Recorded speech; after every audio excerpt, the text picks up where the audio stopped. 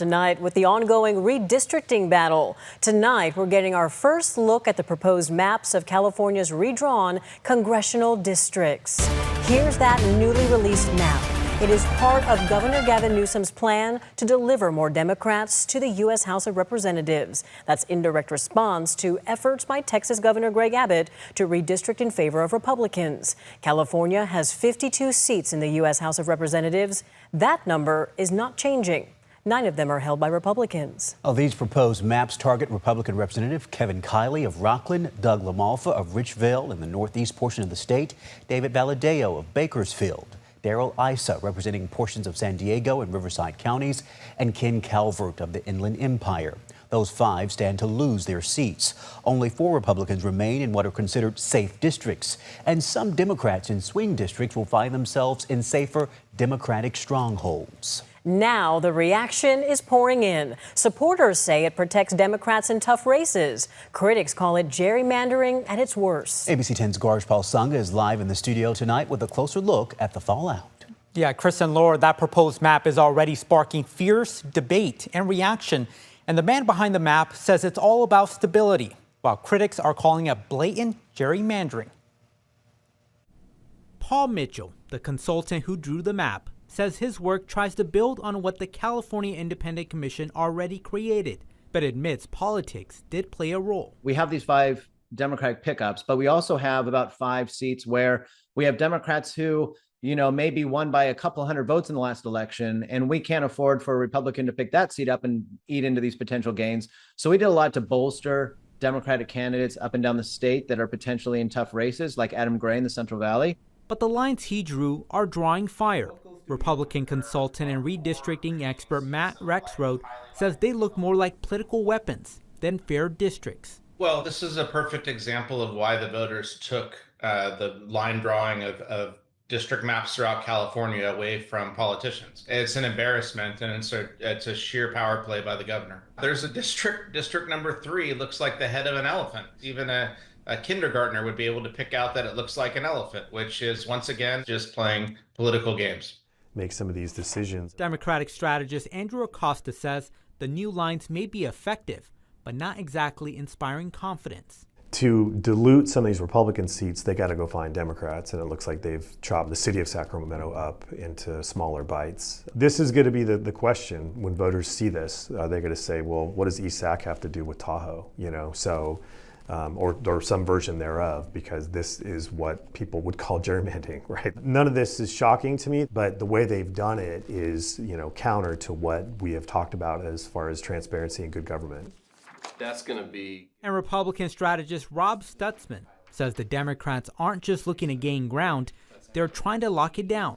In a state where Republicans get about 40 to 42% of the vote in statewide elections, a minority, but a significant chunk of the state, these maps are going to yield about a 9% representation in Congress for Republicans. Maybe hardened Democrat partisans, sure, will get in line and think we're going to fight fire with fire. But you're basically saying because somebody else is, cheating, then we need to cheat as well. It kind of goes back to the fundamental. It's like, well, what are you teaching your children about this type of pitch? Now, most voters probably won't be paying much attention to redistricting, but if things are approved, they're going to be seeing a lot more ads. Now, new district lines could also spark unexpected campaigns with politicians eyeing new seats. Laura? Yeah, a lot of change could be on the horizon. We'll be tracking this with every step of the way. Garjpal, thank you for that update.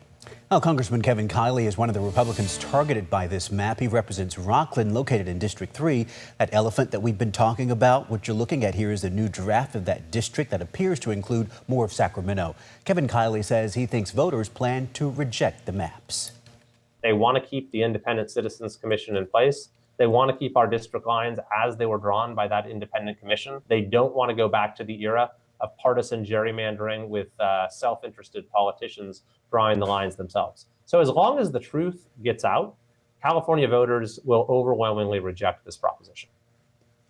Congressman Kiley has proposed a bill at the federal level that would ban all states, red or blue, from redistricting mid-decade, allowing for new maps only after each U.S. census.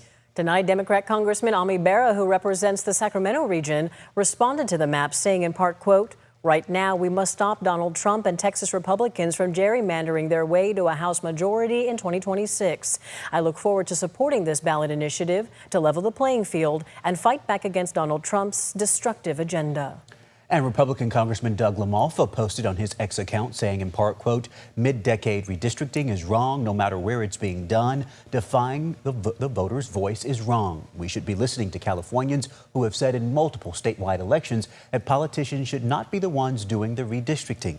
The state's Democratic Party is throwing their support behind Governor Gavin Newsom, meanwhile, and that special election. They say it's a battle over democracy, saying what started in Texas, backed by President Trump, could soon impact voters here.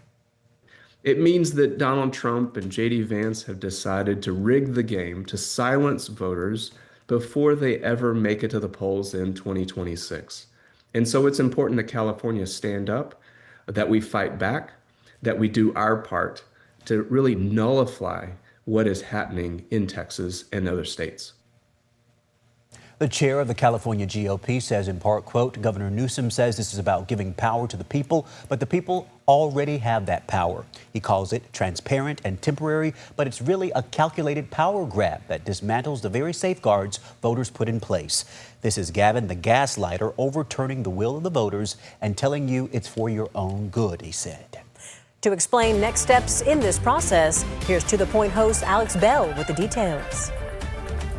When the legislature reconvenes next week, hearings on redistricting efforts will begin. So here are the 4 measures that will be put in front of lawmakers. First, a constitutional amendment that makes this essentially one-time tweak to the existing constitutional provision granting redistricting power to the independent commission. Then 3 bills also need to pass. The first bill is actually to call the November 4th special election. The second bill establishes the new map for those 52 congressional districts. And the third bill would reimburse counties for the election. And the 3 bills would require immediate signature by the governor. The deadline to get the legislative package through is next Friday, August 22nd. That is the deadline that our Secretary of State, Dr. Weber, has indicated is the last possible day in order for her to put on the November 4th election. Everything from getting the polling places ready to, of course, the voter pamphlet. The potential cost of a special election has already faced some pushback. On Friday, all 58 counties represented under the California State Association of Counties called on state leaders to fully fund the potential November special election in advance, citing already strained local budgets and warning the unexpected costs could actually force counties to cut core services such as public safety and the social safety net. We reached out to the governor's office about counties asking for full funding in advance. His office directed us to the governor's previous comments. Well, the state of California is going to fund that. And that's what the bill's all about. Now, the state assembly has also created a portal for people to submit public comment on what they want to see reflected in these maps. A link to that has been posted on our website at abc10.com. And Governor Newsom spoke at length about the redistricting plan on Thursday. You can watch the governor's entire news conference anytime on the free ABC 10 Plus TV streaming app. It's on the home screen.